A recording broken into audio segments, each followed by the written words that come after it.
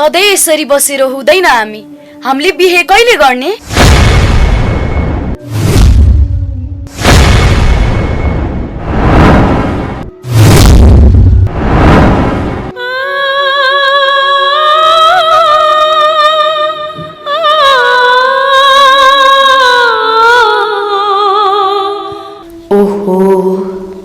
अब यसरी हुँदैन।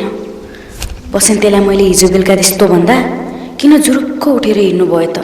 High guys, welcome back to my new reaction video. आज चाहिँ मैले नयाँ रियाक्सन भिडियो लिएर उपस्थित भइसकेको छु गाइज।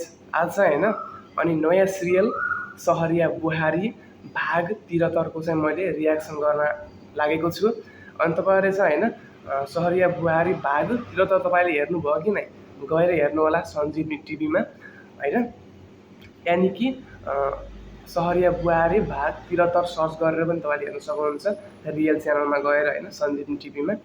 अनि त्यही हो, मलाई भन्दा पनि धेरै सपोर्ट चाहिँ सञ्जीवनी टिभीलाई गरिदिनु होला भन्न चाहन्छु म चाहिँ होइन। अनि त्यही हो, मलाई चाहिँ सहरिया बुहारी सिरियल एकदम मनपर्छ, त्यही भएर चाहिँ मैले रियाक्सन गर्न लागेको छु होइन।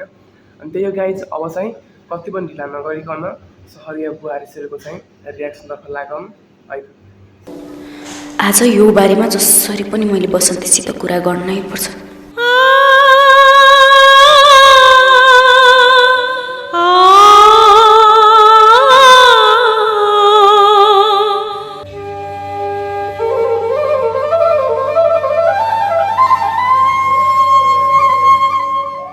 मधु, आमा खै त? पानी लिन जानु भएको छ। ए, पानी लिन पो गएको हो? खुरुक्क घरमा थपक्क नबसेर किन गएको होला त पानी लिन? मैले पनि आमालाई नजानुस्, अहिले बसन्ती उठ्नुहुन्छ अनि हामी जान्छौँ भनेर भनेकी थिएँ, तर आमा मान्नु भएन। ठिकै छ नि त, अब आमालाई पहिल्यैदेखि बिहान उठ्ने, पँधेरातिर जाने, नुहाइ गर्ने गरेको बानी, अनि हामीले रोकेर कहाँ रोकिनुहुन्छ त? बसन्ते, तपाईसित एउटा कुरा गर्नु छ मैले।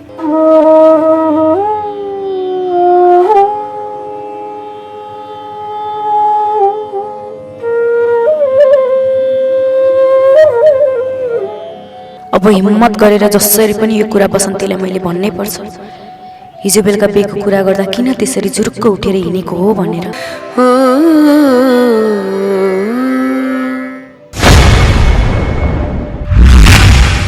मधु, के भयो? के कुरा गर्न खोज्दै थियौ भन न?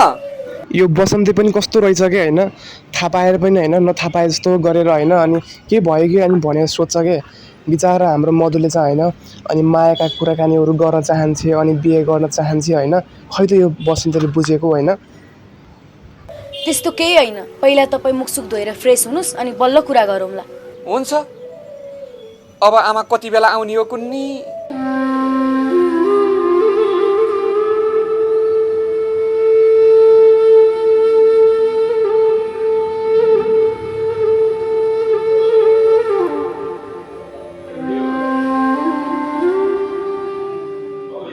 होइन हो भाउजू, तपाईँ त भिजेको बिरालो जस्तो भएर पुच्छर लुकाएर हिँड्नुहुन्छ त। भिजेको बिरालो र बाघ छुट्याउन नसक्ने मान्छेसँग किन मुखामुख गर्न पर्यो त? छोरा बुहारीको साथ पाएँ भनेर यसरी ठुलो कुरा नगर्नुहोस् भाउजू। छोरा बुहारीले तपाईँलाई साथ दिएको भए यसरी रित्तो गाग्री लिएर हिँड्नुहुन्थ्यो होला त बिहानै बिहानै। तपाईँले मलाई उठी बास गराउन नसकेर मेरा छोरा बुहारीसँग टाढा बनाउन खोज्नु भएको हो? मैले कसैलाई टाढा गराउन खोजेको होइन, अब बिस्तारै थाहा हुन्छ सत्य कुरा के हो भनेर। अब त तपाईँ जस्तो देवर भनाउँदोको हिम्मत पनि हुन पर्यो नि मेरा छोरा बुहारीसँग टाढा बनाउनको लागि।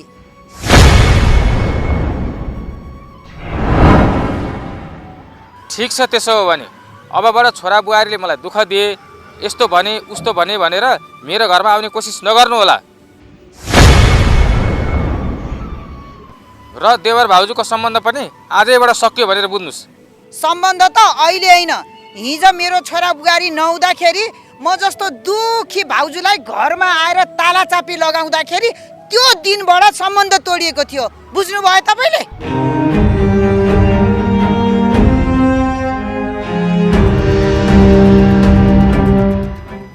नबुझेको भए बुझ्नुस्। अब जुन दिन मेरो घरमा आएर तालाचापी लगाएर मेरो उठीबास गराउनु भएको थियो नि, त्यो दिनबाट हाम्रो सम्बन्ध तोडिएको थियो। ल ल हेर्दै जाउँ, कति दिनसम्म हेर्दा रहेछन् ती सहरिया छोरा बुहारीले तपाईँलाई, त्यो पनि म हेर्छु। र एक दिन फेरि देवर बाबु मैले दुःख पाएँ भनेर मेरै शरणमा चाहिँ आउन नखोज्नु होला नि। के थाहा, त्यो दिन पनि आउन सक्छ। देवर बाबु मैले साह्रै दुःख पाएँ भनेर मेरै शरणमा पर्नुपर्ने। बरु झुन्डिएर मरौँला, तर तपाईँ जस्तो पापीको शरणमा आएर कहिल्यै झुक्ने छैन। बसन्तीको आमाले भनेको कुरा चाहिँ मलाई एकदम चित्त बुझेर आयो गाइज होइन। अनि बसन्तीको आमाको एक्टिङ पनि मलाई बहुत राम्रो लाग्छ कि सबै टिमहरूको भन्दा चाहिँ होइन। बसन्तीको आमाको एक्टिङ चाहिँ दामी छ होइन। अनि जियोस् एकदम राम्रो छ है त। बुझ्नुभयो? पानी लिन हिँडेको मान्छे फुरुक्क पँधेरातिर नगएर मसँग धेरै फुर्ती लाउनु नखोज्नुहोस्।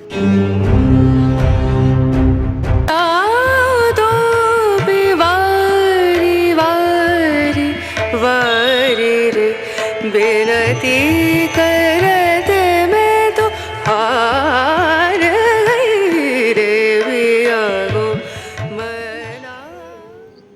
बसन्ते, तपाईँ हिजो बेलुका किन मैले बिहेको कुरा गर्दा जुरुक्क उठ्नुभयो होला?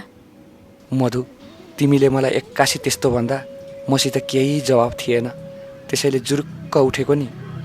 यदि तपाईँसित जवाफ थिएन भने केही न केही त बोल्नु पर्थ्यो। मेरो त बोल्ने हिम्मतै आएन। खै किन हो किन मेरो मन साह्रै डराइरहेको थियो। डर चाहिँ के कुराले होला? आजसम्म मलाई सबै कुरा नलुकाई भन्नुभयो, तर यो कुरामा तपाईँ डराउनुको पछाडि के होला त? मेरी आमा अनि यो समाज हो। मलाई मेरी आमा र यो समाजको साह्रै डर लागेको छ यो कुरा कसरी बाहिर ल्याउने होला भनेर। यदि तपाईँलाई यो समाज र जन्म दिने आमाको डर छ भने बरु सबै कुरा म मिलाउँछु। तर अब सधैँ यसरी बसेर हुँदैन। हामी जसरी पनि अब बिहे गर्नुपर्छ। बिहे त गर्नै पर्छ, तर तिमी सहरमा हुर्केकी केटी, यो ठाउँमा कसरी जुनी काटौली? मान्छेको मनसित हो माया गर्ने, तर ठाउँ हेरिँदैन। त्यसैले म यही ठाउँमा खुसी छु र जीवन बिताउन सक्छु। त्यसैले बसन्तीलाई बोलाएर अब यो बारेमा कुरा गर्ने हिम्मत जुटाउँछु। मैले पनि एकपटक यो बारेमा मधुसित सल्लाह गर्ने हिम्मत गर्नै पर्छ। तर खै त मधुले एउटा कुरा गर्न छ भनेर भित्र गए कि बोलाउँदै बोलाउने नि त। तपाईँले बोलाए पनि त हुन्छ नि। अघि के कुरा गर्ने भन्दै थियो भनेर सधैँ मैले बोलाउनु पर्छ र? सधैँ तिमीले मलाई बोलाउनु पर्दैन। आज म आफै बोलाउँछु के कुरा गर्न खोज्दै थियौ भनेर। मधु, मधु! हजुर, किन बोलाउनु भएको? अघि मसित केही कुरा गर्न छ भनेर भनेकी थियौ त, के हो त्यो कुरा? ए हो त, आउनुस् न, भित्रै बसेर कुरा गरौँला। ए ल ल। बेनती करत मैं तो हार गई रे बियागो मना नहीं रे पिया को मना, पिया को मना, पिया को मना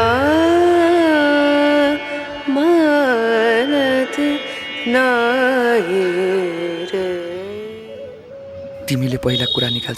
छोरा मान्छे भएर होइन, यो बसन्ती पनि कस्तो रहेछ क्या होइन, भन्नुपर्छ नि त होइन। अनि मधु अनि अब हामीले चाहिँ बिहे गर्नुपर्छ भनेर चाहिँ भन्नुपर्छ नि त होइन। केही न केही त बोल्नुपर्छ नि त होइन। अब बोल्दै बोल्दैन यो बसन्ती कस्तो लाटो रहेछ होइन। छौ कि मैले निकालौँ।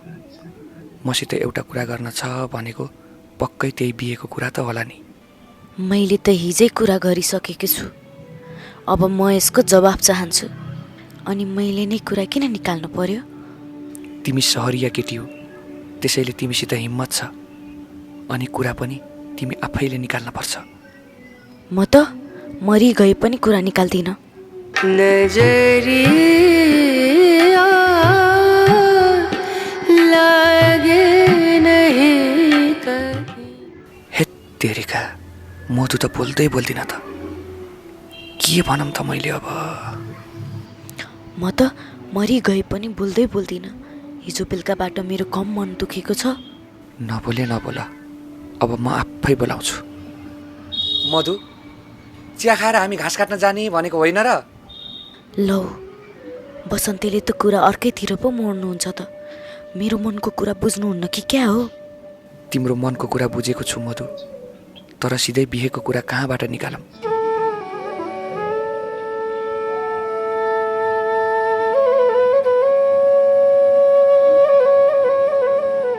मधु किन नबोलेकी तिमी? बोलिराकी छु त। घाँस काट्न जाने भन्नुभएको होइन? जाम न त। ल ल हिँड न त। अनि चिया नखाने? मलाई त खानै मन लागेको छैन। किन नि?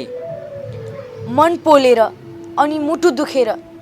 आबुई त्यसो हो भने त जामिन स्वास्थ्य चौकी। हिँड्नुस् न त। मलाई कुन स्वास्थ्य चौकी लैजानुहुन्छ? लौ नजिकमा जुन स्वास्थ्य चौकी छ त्यहीँ लैजाने नि। बरु छिटो हिँड के, पछि फेरि झन् गाह्रो हुन सक्छ। अनि तपाईँले भनेको स्वास्थ्य चौकीमा मनमा लागेको चोट र आकाश गर्जिए झै गर्जिएको मुटुको उपचार हुन्छ त? ल स्वास्थ्य चौकीमा डाक्टर भइसकेपछि जेसुकै भए पनि उपचार गरिसकेपछि निको भइहाल्छ नि। छ्या, तपाईँ त कस्तो लाटो हो के, केही कुरै नबुझ्ने भने। मैले सबै कुरा बुझेको छु मधु, तर पहिला तिमीले कुरा निकाल्छौ कि भनेर पो यस्तो भने त। बसन्ते, मेरो मन दुखेको छ। आजको सहरिया बुहारी भागतिर त तपाईँलाई कस्तो लाग्यो त्यस्तै प्रतिक्रिया दिन नभुल्नु होला। भोलि पनि यस्तै नयाँ सिरियलको साथमा उपस्थित हुनेछु। यदि तपाईँलाई मैले गरेको रियाक्सन भिडियो अलिकति भए पनि मन परेको छ अनि सहरिया बुहारी सिरियललाई माया गर्नुहुन्छ भने चाहिँ यो च्यानललाई चाहिँ सब्सक्राइब गर्नु होला। त्यही भन्न चाहन्छु गाइज। अनि अर्को एपिसोडमा भेटौँला है त।